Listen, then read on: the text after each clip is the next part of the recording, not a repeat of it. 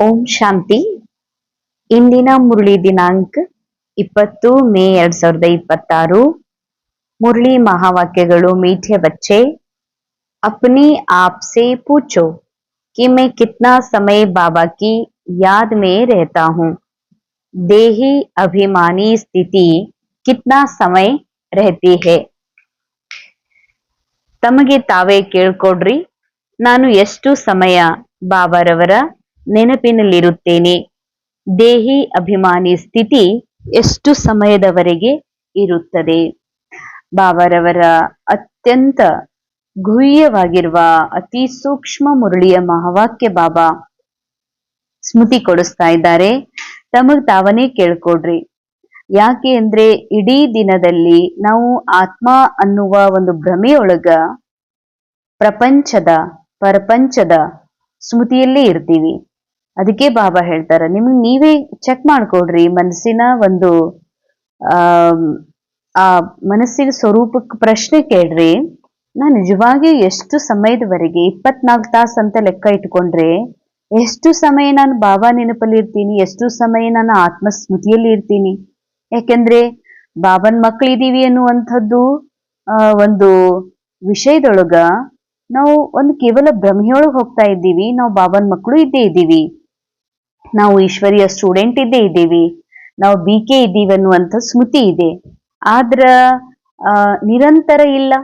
ಕೇವಲ ಆ ಒಂದು ಲೆಕ್ಕದೊಳಗ ಇರುವುದು ದೇಹ ಭಾನದೊಳಗ, ಇರುವುದು ಮನುಷ್ಯ ಭಾನದೊಳಗ, ಇರುವುದು ನಾನೊಬ್ಬ ಫಾದರ್ ಅಥವಾ ನಾನೊಬ್ಬ ಅಕ್ಕೋರು ಅಥವಾ ನಾನು ಸ್ತ್ರೀ ಎನ್ನುವಂತಹ ಸ್ಮೃತಿಯಲ್ಲೇ ಹೋಗ್ತಾ ಇದೆ. ಅದಕ್ಕೆ ಬಾಬಾ ಕೇಳ್ತಾರ, ನಾನು ಬಾಬಾ ನೆನಪಿನಲ್ಲಿ ಎಷ್ಟಿರ್ತೀನಿ, ದೇಹಿ ಅಭಿಮಾನಿ ಸ್ಥಿತಿ ಎಷ್ಟು ಸಮಯದವರೆಗೆ ಇರ್ತೀನಿ.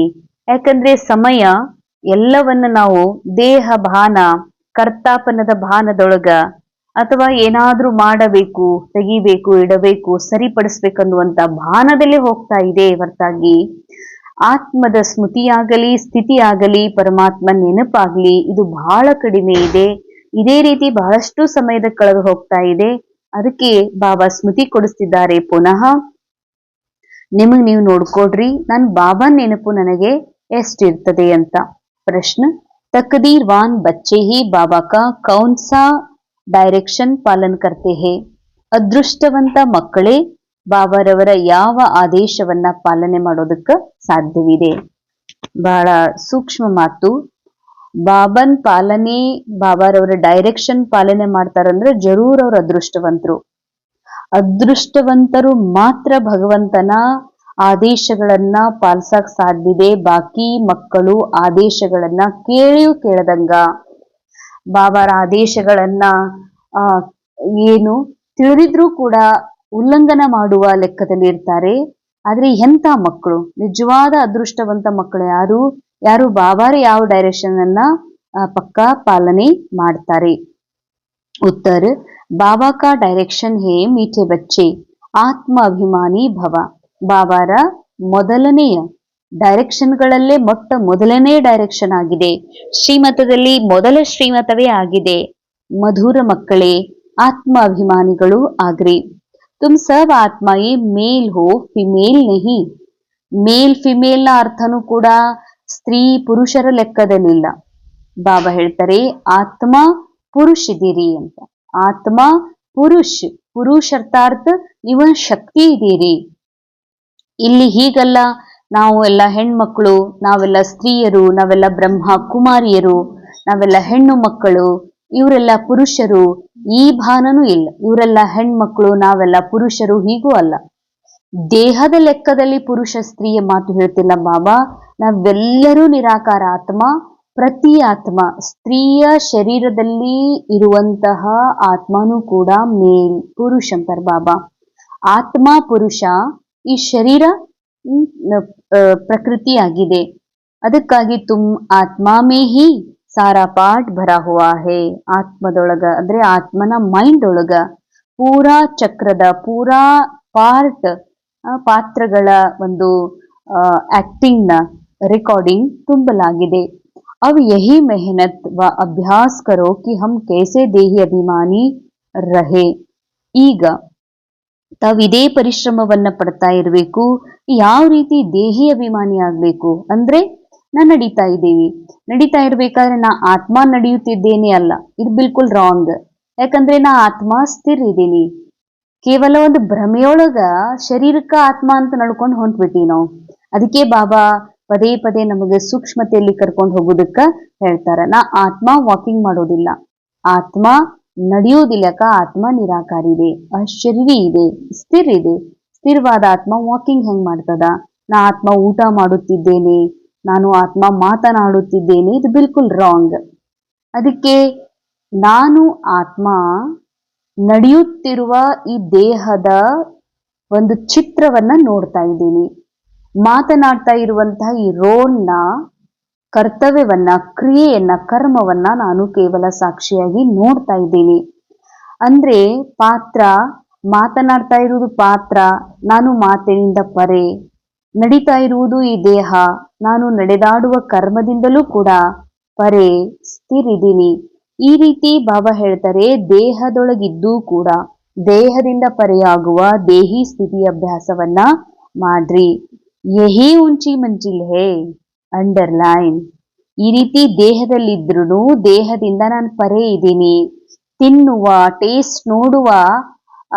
ಟೇಸ್ಟ್ ನೋಡುವವನು ನಾನಲ್ಲ. ಟೇಸ್ಟ್ ಈ ಮನಸ್ಸು ನೋಡ್ತಾ ಇದೆ, ಟೇಸ್ಟ್ನ ರುಚಿ ಅನುಭವ ಮನಸ್ಸು ಮಾಡ್ತಾ ಇದೆ. ಇದೆಲ್ಲವನ್ನ ಕೇವಲ ನಾನು ಸಾಕ್ಷಿಯಾಗಿ ನೋಡ್ತಾ ಇರುವ ನಿರಾಕಾರ ಸೂಕ್ಷ್ಮ ಆತ್ಮ ಇದ್ದೀನಿ ಅನ್ನುವಂಥದ್ದು ಅಭ್ಯಾಸ ಇದೆ. ಇದೇ ನಿಮ್ಮ ದೊಡ್ಡ ಗುರಿ ಅಂತಾರ ಬಾಬಾ.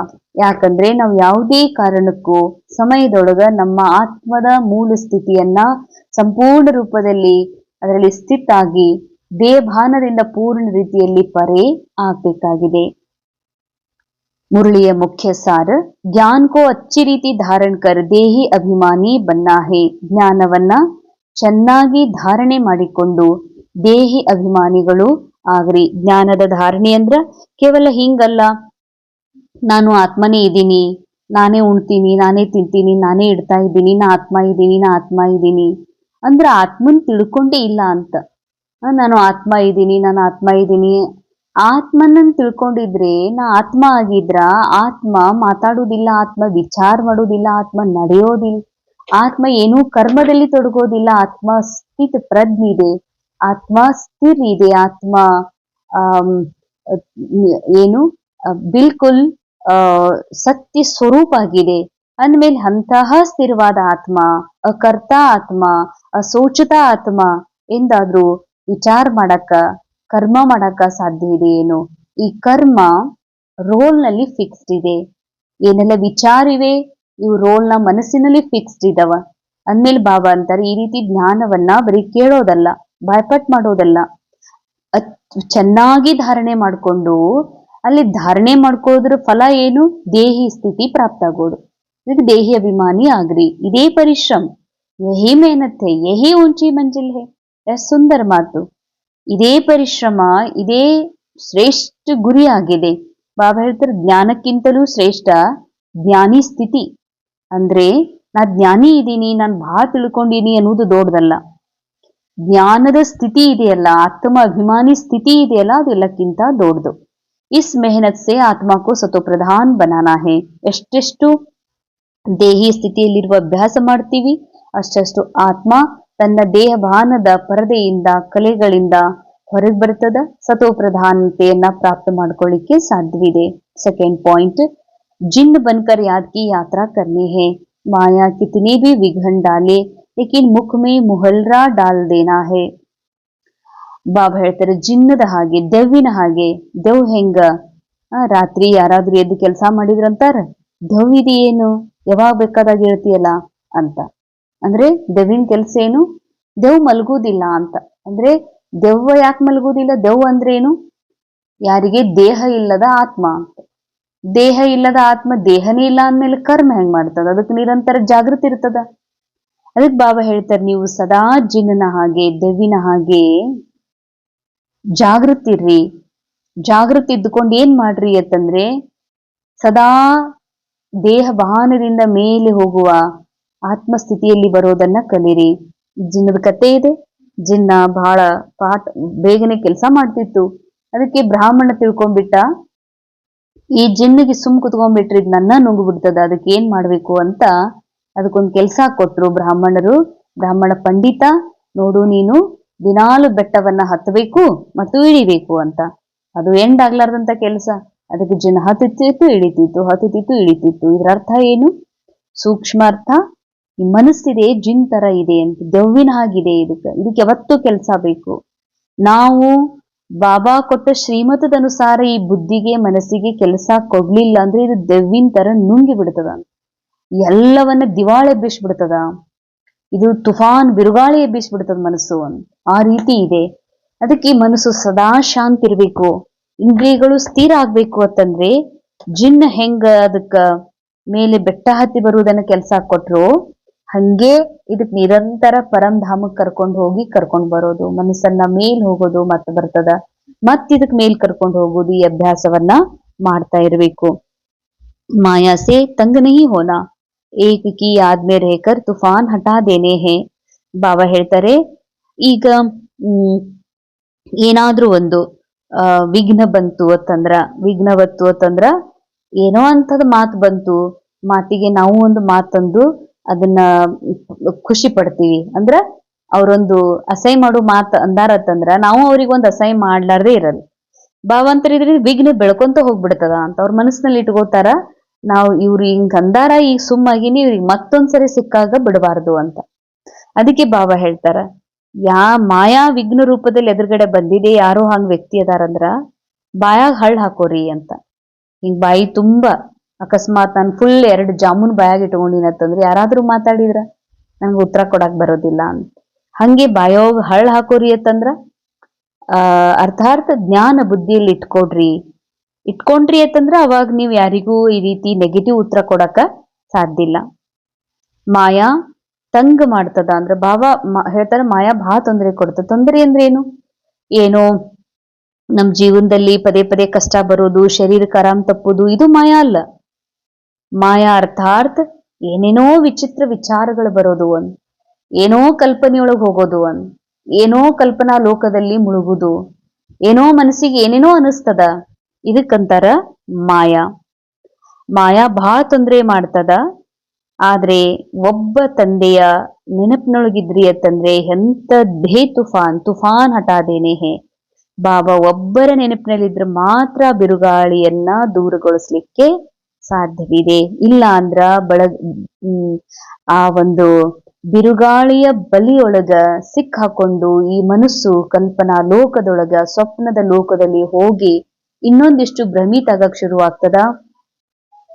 ವಾಸ್ತವ ಜೀವನ ಅವಾಸ್ತವಿಕ ಅನಿಸ್ತದ, ಕಲ್ಪನೆಯ ಜಗತ್ತೇ ನಿಜ ಅಂತ ಅನಿಸ್ಲಿಕ್ಕೆ ಶುರುವಾಗ್ತದೆ. वरदान, साधनों को यूज करते हुए साधना को अपना आधार बनाने वाले ಸಿದ್ಧಿ ಸ್ವರೂಪ ಭವ. ಸಾಧನೆಗಳನ್ನ ಯೂಸ್ ಮಾಡ್ತಾ ಸಾಧನವನ್ನ ತಮ್ಮ ಆಧಾರ ಮಾಡಿಕೊಳ್ಳುವಂತ ಸಿದ್ಧಿ ಸ್ವರೂಪರು ಆಗ್ರಿ. कोई भी पुरानी दुनिया के आकर्षणमय दृश्य अल्पकाल के सुख के साधन यूज करते या देखते हो तो उन साधनों के वशीभूत हो जाते हो. ಬಾಬಾ ಹೇಳ್ತಾರೆ, ಸೀದಾ ಸ್ಪಷ್ಟ ಮಾತು, ಬಿಡೇ ಇಲ್ಲ ಭಾವಿಲ್ಲ. ಬಾಬಾ ಸೀದಾ ಮಕ್ಕಳಿಗೆ ಮಕ್ಕಳ ಸ್ಥಿತಿ ಬಗ್ಗೆ ಹೇಳ್ತಾರೆ. ಮಕ್ಕಳಿಗೆ ಹಳೆಯ ಜಗತ್ತಿನ ಏನಾದ್ರೂ ಆಕರ್ಷಕ ವಸ್ತುಗಳನ್ನ ದೃಶ್ಯಗಳನ್ನ ನೋಡ್ತಿರತ್ತಂದ್ರ ಆ ಅಲ್ಪಕಾಲದ ಸುಖದ ಸಾಧನ ಯೂಸ್ ಮಾಡ್ತಾ ನೋಡ್ತಾ ಅದಕ್ಕೆ ವಶೀಭೂತ ಆಗ್ಬಿಡ್ತೀರಿ. ಅಂದ್ರ ಹಳೆಯ ಜಗತ್ತಿನ ಆಕರ್ಷಣಮಯ ದೃಶ್ಯಗಳು ಅಲ್ಪಕಾಲದ ಸುಖ. ಆಕರ್ಷಣಮಯ ದೃಶ್ಯಗಳು ಅಂತಂದ್ರೆ ಅದು ಸೀರಿಯಲ್ ಆಗಿರ್ಬೋದು, ಸಿನಿಮಾ ಆಗಿರ್ಬೋದು, ಯಾವುದೇ ರೀಲ್ಸ್ ಆಗಿರ್ಬೋದು, ಅಥವಾ ಯಾವುದೇ ರೀತಿಯ ಟಿವಿಯ ಶೋ ಆಗಿರ್ಬೋದು, ವ್ಯಕ್ತಿ ಆಗಿರ್ಬೋದು, ಶರೀರದ ಸೌಂದರ್ಯ ಆಗಿರ್ಬೋದು, ಚಿತ್ರಗಳೇ ಆಗಿರ್ಬೋದು, ಅವು ಏನೇ ಆಗಿರ್ಬೋದು. ಅಲ್ಪಕಾಲಿಕ ಸುಖ ಅಂದ್ರೆ ಉಣ್ಣೋದು, ತಿನ್ನುವುದು, ಉಡೋದು, ತಿರುಗಾಡೋದು, ಏನೇ ಆಗಿರ್ಬೋದು. ಅವು ಎಲ್ಲಾ ಮಾಡ್ತಾ ಬಾಬಾ ಅಂತಾರ ಅದ್ರೊಳಗೆ ಮುಳುಗಿ ಬಿಡಾತ್ತೀರಿ, ವಶಭೂತ ಆಗ್ತಾ ಇದ್ದೀರಿ. साधनों के आधार पर साधना ऐसा है जैसे रेत के फाउंडेशन पर बिल्डिंग है.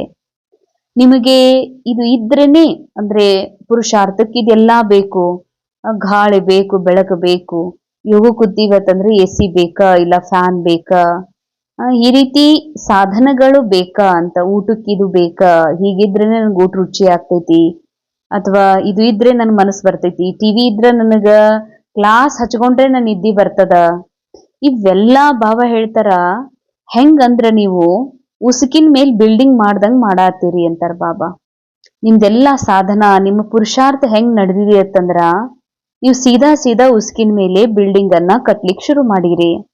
ಹೇಗೆ ಉಸುಕಿನ ಮೇಲೆ ಬಿಲ್ಡಿಂಗ್ ನಿಲ್ಲುವುದಿಲ್ಲ ಬೀಳ್ತದೋ ಹಂಗ ನೀವು ಮಾಡೋ ಪುರುಷಾರ್ಥನು ಕೂಡ ವ್ಯರ್ಥ ಅಂತ ಹೇಳ್ತಾರ ಬಾಬಾ. इसलिए किसी भी विनाशी साधन के आधार पर अविनाशी साधना न हो. ವಿನಾಶಿ ಸಾಧನಗಳ ಆಧಾರದ ಮೇಲೆ ಅವಿನಾಶಿ ಸಾಧನ ಇರಬಾರ್ದು ಅಂತಾರ ಬಾಬಾ. ಅಂದ್ರೆ ಅಲ್ಪಕಾಲದ ಸುಖದ ಸಾಧನ ಅಂದ್ರೆ ತಿನ್ನುವ, ಉಣ್ಣುವ, ಉಡುವ ಎಲ್ಲ ಹಾಕೊಂಡ್ ಚಂದಗೆ ನಾನು ರೆಡಿಯಾಗಿ ಕುತ್ಕೊಂಡು ಯೋಗ ಮಾಡ್ತೇನಂದ್ರೆ ಸಾಧ್ಯ ಇಲ್ಲ. ಅನೇಕ ಆಕರ್ಷಣೆ ಮಾಡ್ಲಿಕ್ಕೆ ಶುರು ಮಾಡ್ತಾವ. ಸಾಧನಗಳು ಟಿವಿ ಬೇಕ್, ಮೊಬೈಲ್ ಬೇಕ್, ಈ ವಿಡಿಯೋ ಕೇಳಿದ್ರನೆ ಹೀಗೆ, ನನಗಿದ್ ನೋಡಿದ್ರೇನೆ ಸರಿ ಆಗ್ತದ, ನನ್ಗಿದು ತಿಂದ್ರೇನೆ ಸಮಾಧಾನ ಅಂದ್ರೆ ಬಾಬಾ ಹೇಳ್ತಾರ ಈ ರೀತಿ ಸಾಧನಗಳ ಬೇಕು, ಯೂಸ್ ಮಾಡ್ರಿ ಭಲೆ, ಅವುಗಳ ಮೇಲೆ ಡಿಪೆಂಡ್ ಆಗ್ತೀರಿ ಅಂತಂದ್ರ ಡಿಪೆಂಡ್ ಆಗಿ ಮಾಡಿದ ಸಾಧನ, ಪುರುಷಾರ್ಥ, ಸಿದ್ಧಿ ಅದು ಸಿದ್ಧಿನೇ ಅಲ್ಲಂತಾರ ಬಾಬಾ. ಸಾಧನ್ ನಿಮಿತ್ತ ಮಾತ್ರ ಹೇ, ಸಾಧನಾ ನಿರ್ಮಾಣ ಕಾ ಆಧಾರ್ ಹೇ. ಏನೆಲ್ಲ ಸಾಮಾನ್ ಅದಾವ, ಎ ಸಿ, ಫ್ರಿಡ್ಜ್, ಸಾಮಾನ್, ಗಾಡಿ, ಟಿವಿ, ಮೊಬೈಲ್, ಇಂಟರ್ನೆಟ್ ಏನೆಲ್ಲ ಅದಾವ ಇವನೇ ಅಲ್ಲ ಅಂತ ತಿಳ್ಕೊಬೇಡ್ರಿ. ಬಾಬಾ ಹೇಳ್ತಾರ ಇವು ಕೇವಲ ನಿಮಿತ್ತಿ ಮಾತ್ರ.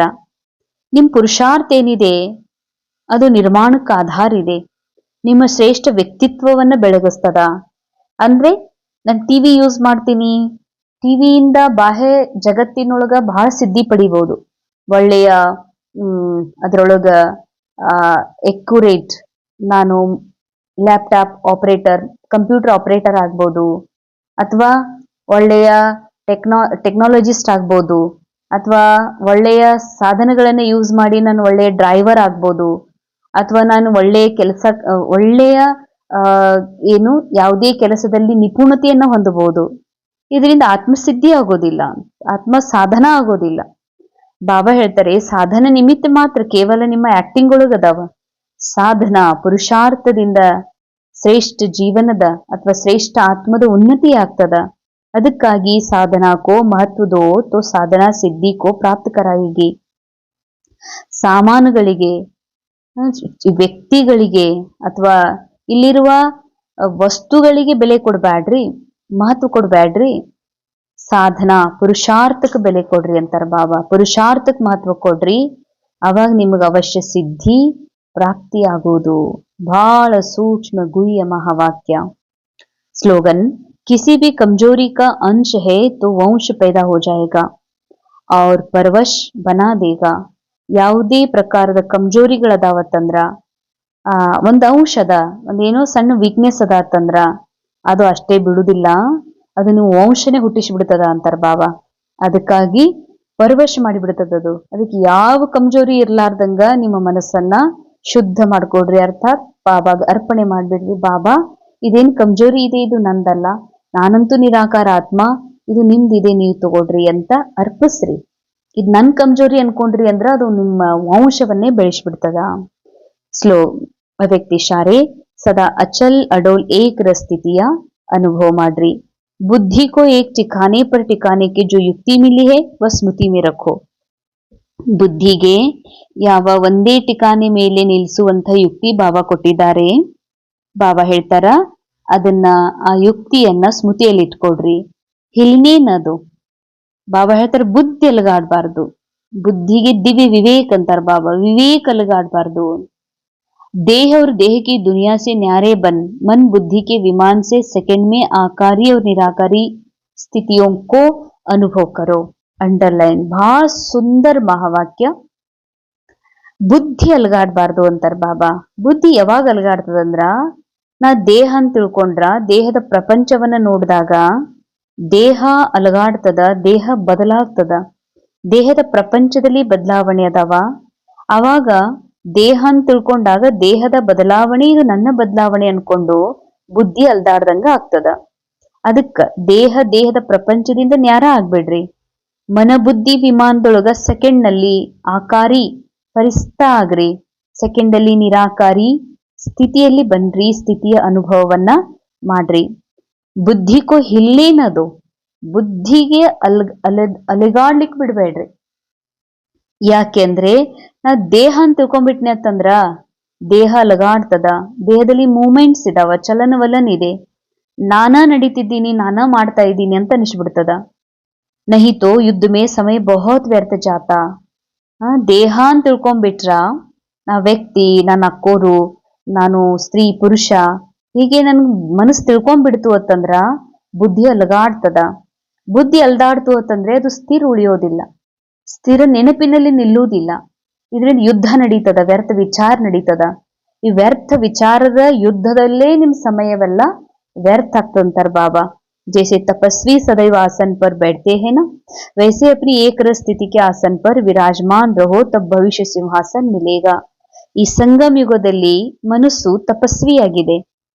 ಈ ತಪಸ್ವಿ ಮನಸ್ಸು ಸದಾ ಸ್ಥಿರ ಬುದ್ಧಿಯ ಆಸನದ ಮೇಲೆ ಕುತ್ಕೊಂಡ್ರೆ ಮಾತ್ರ ಸ್ಥಿತಿ ಏಕರಸ ಅನುಭವ ಆಗ್ತದ. ಏಕರ ಸ್ಥಿತಿಯ ಆಸನದ ಮೇಲೆ ವಿರಾಜಮಾನ ಆದಾಗಲೇ ಭವಿಷ್ಯದಲ್ಲೂ ಕೂಡ, ಸತ್ಯುಗದಲ್ಲೂ ಕೂಡ ನೀವು ಸಿಂಹಾಸನಕ್ಕ ಅಧಿಕಾರಿ ಆಗ್ತೀರಿ ಅಂತಾರ ಬಾಬಾ. ಓಂ ಶಾಂತಿ. ಇಂದಿನ ಮುರಳಿ ಮಹಾವಾಕ್ಯದ ಅನುಭವ ಮಾಡೋಣ. ತಮ್ಮನ್ನ ದೇಹದ ಪ್ರಪಂಚದ ಎಲ್ಲ ವಿಷಯಗಳಿಂದ ಡಿಟ್ಯಾಚ್ ಮಾಡಿಕೊಂಡು ತಮ್ಮ ನಿರಾಕಾರಿಯಾಗಿರುವ ಸತ್ಯವನ್ನ ಸ್ಮೃತಿಯಲ್ಲಿ ತಂದು ಹಗೂರತೆ ಅನುಭವ ಮಾಡ್ರಿ. ದೀರ್ಘವಾದ ಉಸಿರಾಟ ಮಾಡ್ತಾ ದೇಹಬಾನದ ಕ್ರಿಯೆಯಿಂದ ಏಕ್ದಮ್ ಸ್ತಬ್ಧ ತಮ್ಮ ಶರೀರ ಸ್ಥಿತಿಯಲ್ಲಿ ಸ್ಥಿತಾಗ್ರಿ.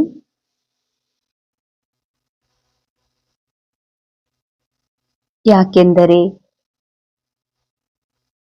ಆತ್ಮ ಅಭಿಮಾನಿ ಸ್ಥಿತಿಯು ಪರಮಾತ್ಮನ ಮುಖ್ಯ ಡೈರೆಕ್ಷನ್ ಆಗಿದೆ. ನನ್ನ ಕಲ್ಯಾಣಕ್ಕಾಗಿ, ಆತ್ಮ ಉನ್ನತಿಗಾಗಿ, ಆತ್ಮ ಆಗಿರುವ ಸತ್ಯದಲ್ಲಿ ಸ್ಥಿತವಾಗುವುದು ಸ್ವಯಂ ಭಗವಂತನ ಆದೇಶವಾಗಿದೆ. ಈ ಆದೇಶದಲ್ಲಿಯೇ ನನ್ನ ಸ್ವಯಂನ ಉನ್ನತಿ, ಸ್ವಯಂನ ಪ್ರಗತಿ ಇದೆ. ನಾನು ಆತ್ಮ ಸದಾ ನನ್ನ ಮೂಲ ಸ್ಥಿತಿಯಲ್ಲಿ ಸ್ಥಿತವಾಗುವುದೇ ಶ್ರೇಷ್ಠ ಗುರಿಯೂ ಆಗಿದೆ. ಇದೇ ಶ್ರೇಷ್ಠ ಸ್ಥಿತಿ, ಶ್ರೇಷ್ಠ ಲಕ್ಷ್ಯವಾಗಿದೆ. ಜ್ಞಾನವೂ ಶ್ರೇಷ್ಠವಿದೆ. ಜ್ಞಾನಕ್ಕಿಂತಲೂ ಶ್ರೇಷ್ಠ ಜ್ಞಾನಿ ಸ್ಥಿತಿ ಅರ್ಥಾತ್ ಆತ್ಮ ಅಭಿಮಾನಿ ಸ್ಥಿತಿಯೇ ಜ್ಞಾನಿಗಿಂತಲೂ ಅತ್ಯಂತ ಶ್ರೇಷ್ಠವಾಗಿದೆ. ಹೀಗಾಗಿ ನಾನು ಸದಾ ಎಲ್ಲ ಕೆಲಸ ಕಾರ್ಯಗಳನ್ನ ಮಾಡುತ್ತಿದ್ದರೂ ಅಕರ್ತ ಆಗಿರುವ, ಅಸೋಚಿತ ಆಗಿರುವ ಸ್ಮೃತಿಯಲ್ಲಿ ಸ್ಥಿತ ಆಗಿ ಈ ಎಲ್ಲ ದೃಶ್ಯಗಳನ್ನ ಸಾಕ್ಷಿಯಾಗಿ ಕೇವಲ ದರ್ಶನ ಮಾಡುತ್ತಿರುವೆ.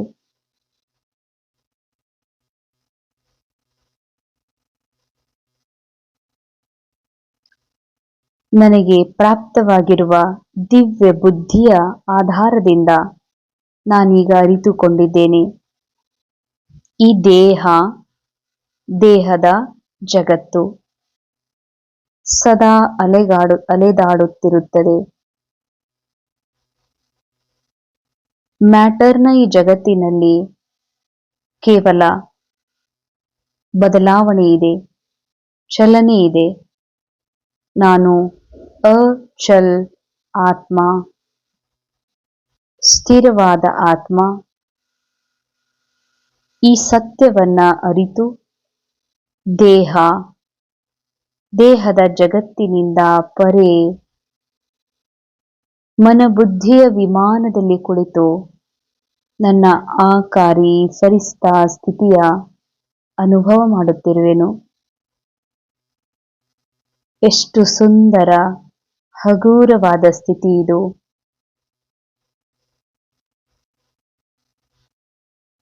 ಫರಿಸ್ತಾ ಸ್ಥಿತಿಯಲ್ಲಿ ಇದ್ದು ವಿಶ್ವಕ್ಕೆ ಪ್ರಕಾಶವನ್ನ ನೀಡುತ್ತಾ ಈ ಆಕಾರಿ ಫರಿಸ್ತಾ ಸ್ಥಿತಿಯಿಂದಲೂ ಪರೆ ನನ್ನ ಮೂಲ ನಿರಾಕಾರಿ ಪರಮ ಸತ್ಯದಲ್ಲಿ ಬಿಂದು ಸ್ವರೂಪದಲ್ಲಿ ಸ್ಥಿತವಾಗಿರುವೆನು. ಓಂ ಶಾಂತಿ, ಓಂ ಶಾಂತಿ.